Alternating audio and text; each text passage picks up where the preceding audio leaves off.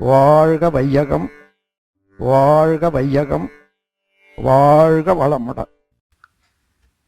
வாழ்க வையகம், வாழ்க வையகம், வாழ்க வளமுடன். குருநாமம் வாழ்க, குருவே துணை. மா மருந்து என்ற ஒரு தலைப்பில் சிந்தனை விளக்கம். மருந்து என்பது அனைவருக்கும் தெரிந்திருக்கும். மருந்து மாத்திரையெல்லாம் கேள்விப்பட்டிருப்போம். ஆங்கிலத்தில் மெடிசன் என்றெல்லாம் குறிப்பிடுவாங்க. மருந்தும் விருந்தும் 3 நாட்களுக்கு என்று ஒரு பழமொழி உண்டு. ஒரு நோய்க்கு மருந்தை 3 வேளையோ 3 நாட்களுக்கு தந்து அந்த நோயின் தாக்கம் படிப்படியாக குறைஞ்சிடுச்சுன்னா அந்த மருந்தை மீண்டும் கண்டினியூ பண்ண சொல்லி மருத்துவர்கள் சொல்லுவாங்க. இல்லை அந்த நோயின் தாக்கம் குறையலைன்னா மாற்று மருந்தை ப்ரிஸ்கிரிப்ஷன் பண்ணுவாங்க. அதே போலத்தான் விருந்தினர்களுக்கு உபசரிப்போம். முதல் நாள் தடபுடலாக இருக்கும், வாழை இலையில் பரிமாறுவாங்க. அடுத்த நாளில் தையல் இலையில் பரிமாறுவாங்க. 3ஆவது நாள் கையில் தான் உணவு பரிமாறுவாங்க. அதனால தான் விருந்தும் மருந்தும் 3 நாட்கள் மட்டும் அப்படின்னு சொல்லுவாங்க. அதே போல் மருந்து என்ற ஒரு அதிகாரமே திருவள்ளுவர் திருக்குறளில் எழுதியிருக்கிறாங்க. 10 குறட்பாக்களை தந்துள்ளாங்க, 95வது அதிகாரமாக. அதில் முதல் மருந்து என்ற அதிகாரத்தில் முதல் குறளாக மிகினும் குறையினும் நோய் செய்யும் நூலோர் வழிமுதலாய் எண்ணிய 3 என்ற ஒரு குறள் உண்டு.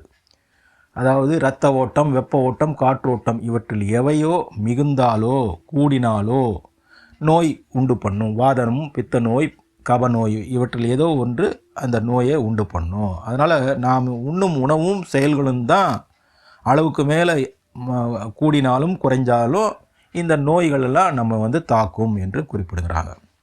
மேலும் இன்னொரு திருக்குறளில் மருந்தன வேண்டாவாம் யாக்கைக்கு அருந்தியது அற்றது போற்றி உணின் என்று சொல்லுவாங்க.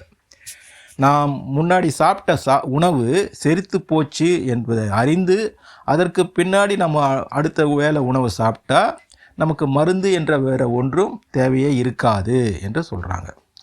அடுத்த குறளில் அற்றால் அளவறிந்து உண்க அஃது உடம்பு பெற்றான் நெடிது உய்க்குமாறு என்று ஒரு சொல்கிறாங்க திருக்குறள்.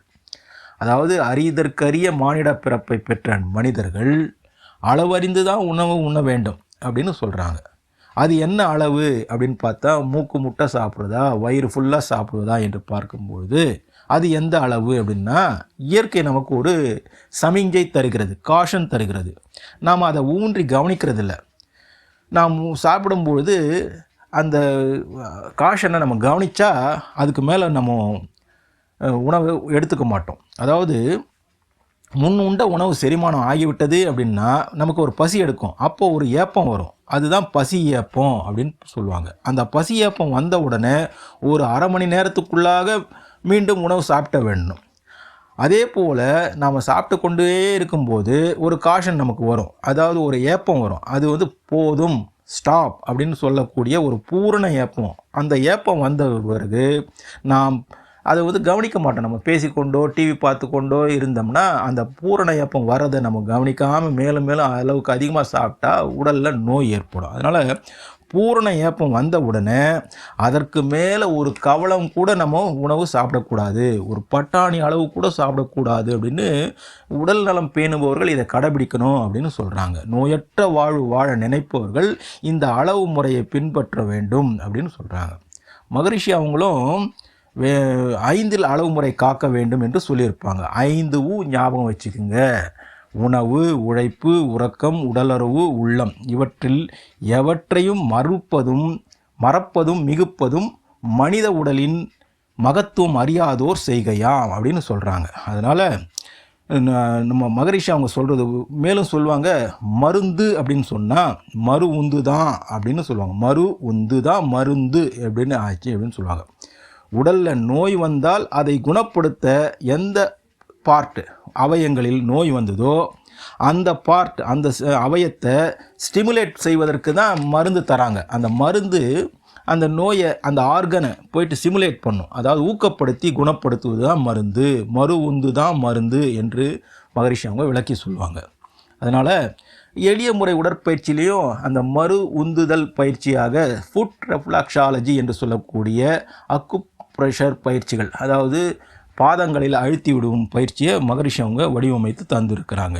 அதால் உள்ளுறுப்புகள் எல்லாம் ஊக்கம் பெற்று ஆரோக்கியமாக வாழ அது வழிவகுக்கிறது. நாள்தோறும் அதை செய்கிறவங்களுக்கு நோய் இல்லாமல் வாழக்கூடிய ஒரு ஆற்றல் பெறுகிறது. அதனால் வருமுன்னர் காப்பது தான் சிறப்பு அப்படின்றதுனால தான் இந்த எளிய முறை உடற்பயிற்சியில் அதை கொடுத்துருக்குறாங்க. ப்ரிவென்ஷன் இஸ் பெட்டர் தேன் க்யூர்ன்னு ஒரு பழமொழி கூட இருக்குது. அதனால் அந்த அக்கு ப்ரெஷர் பயிற்சிகள் நாள்தோறும் நம்ம செய்து வந்தாலே உடல் நலம் காக்கப்படும். மேலும் பார்த்திங்கன்னா மெடிடேஷன் என்ற ஒரு வார்த்தை தவம் செய்வதை நமக்கு தெரிவிக்கும். அதனால் தவம் செய்வது மெடிடேஷன். மெடிசன் என்ற வார்த்தையிலையும் ரெண்டிலும் அந்த மெடி என்ற சொல் இடம் பெற்றிருப்பதை நம்ம பார்க்கும்போது தவம் செய்வதால் அதுவே மருந்தாக உடலுக்கும் உள்ளத்துக்கும் மனநோய்க்கு தீர்வாக அமைந்திருப்பதை தவம் செய்பவர்கள் நன்கு உணர்ந்திருப்பாங்க. ஆக தவம் செய்து மன அலைச்சொல் விரைவை குறைத்து பழகிய அன்பர்களுக்கு அந்த அலைப்பாயும் மனம் அமைதி நிலைக்கு வந்து அதோடு அந்த துரிய நினைவோடு அமைதி நிலையோடு இருந்து வாழ்த்தும் போது அந்த வாழ்த்தானது பல பிணிகளை போக்கும் ஒரு அற்புத மாமருந்தாக அமைகிறது. வாழ்க வளமுடன் என்ற வாழ்த்து ஒரு மாமருந்து. அதுதான் அந்த 8 எழுத்து மந்திர சொல் என்று சொல்லுவாங்க. அந்த வாழ்க வளமுடன் அப்படின்னு சொல்லும்பொழுது அந்த எந்த மொழியிலையும் இல்லாத தனி சிறப்பு அந்த ழகரத்துக்கு உண்டு. ழகரம் தமிழுக்கு சிகரம் என்று சொல்லுவாங்க. அந்த ழகரத்தை நம்ம உச்சரிக்கும் போது அது அற்புதமான ஒரு அருமருந்தாக நமக்கு செயல்படுகிறது. அதனால் மருந்து மாத்திரைகள் எல்லாம் பார்க்கும்பொழுது அந்த வாழ்க வளமுடன் என்ற வார்த்தையிலேயே அது 8 மாத்திரை அளவு நேரம்தான் ஆகும் அப்படின்னு சொல்லுவாங்க. வா என்பது 2 மாத்திரை நேரமும், இழ் என்பது தமிழில் சிறப்பான சொல் அல்லவா, அது அரை மாத்திரை நேரமும், கா என்பது 1 மாத்திரை நேரம், வ என்பது 1 மாத்திரை நேரம், லா என்பது 1 மாத்திரை நேரம், மூ என்பது 1 மாத்திரை, ட 1 மாத்திரை நேரம், இன் என்பது அரை மாத்திரை. மொத்தம் 8 மாத்திரை நேரம் தான் அப்படின்னு தமிழ் அறிஞர்கள் சொல்கிறாங்க. அதனால் வாழ்க வளமுடன் அப்படின்னு நம்ம சொல்லும்பொழுது நமக்கு பிராணசக்தி, வா என்று சொல்லும்பொழுது பிராணசக்தி உயிர் சக்தி உள்ள போது, இழ் என்று சொல்லும்பொழுது மனோன்மணியம் சுரப்பி தூண்டப்படுவதால் அமிர்தம் சுரக்கிறது. க சொல்லும்பொழுது கழுத்து பகுதியில் உள்ள நரம்பு மண்டலங்கள் சீரமைக்கப்படுது. வா சொல்லும்பொழுது பிராணசக்தி மீண்டும் உள்ளே இன்டேக் ஆகிறது. லா சொல்லும்பொழுது அர்த்தலம்பிகா யோகமாக செயல்புரிந்து இந்த தவளை தேரை உடும்பு போன்றவை எல்லாம் பல நாட்கள் உணவு நீர் இல்லாமல் வாழும் இல்லையா, நாக்க மேல் அன்னத்தில் வச்சுட்டே இருக்கும், யோக நிலையில் இருக்கும். அதுபோல் லம்பிகா யோகம்னு சொல்லுவாங்க. அந்த நிலை ஏற்படுது. மூ சொல்லும்போது கரியமில வாயு வெளியேறி கார்பன் வெளியேறுகிறது. டா சொல்லும்போது அந்த கார்பன்லாம் வெளியேறி உடலில் உள்ள அத்தனை நோய்களும் நீங்கி இந்த இன் சொல்லும்போது உடம்பு மென்மையாக ஆகிறது.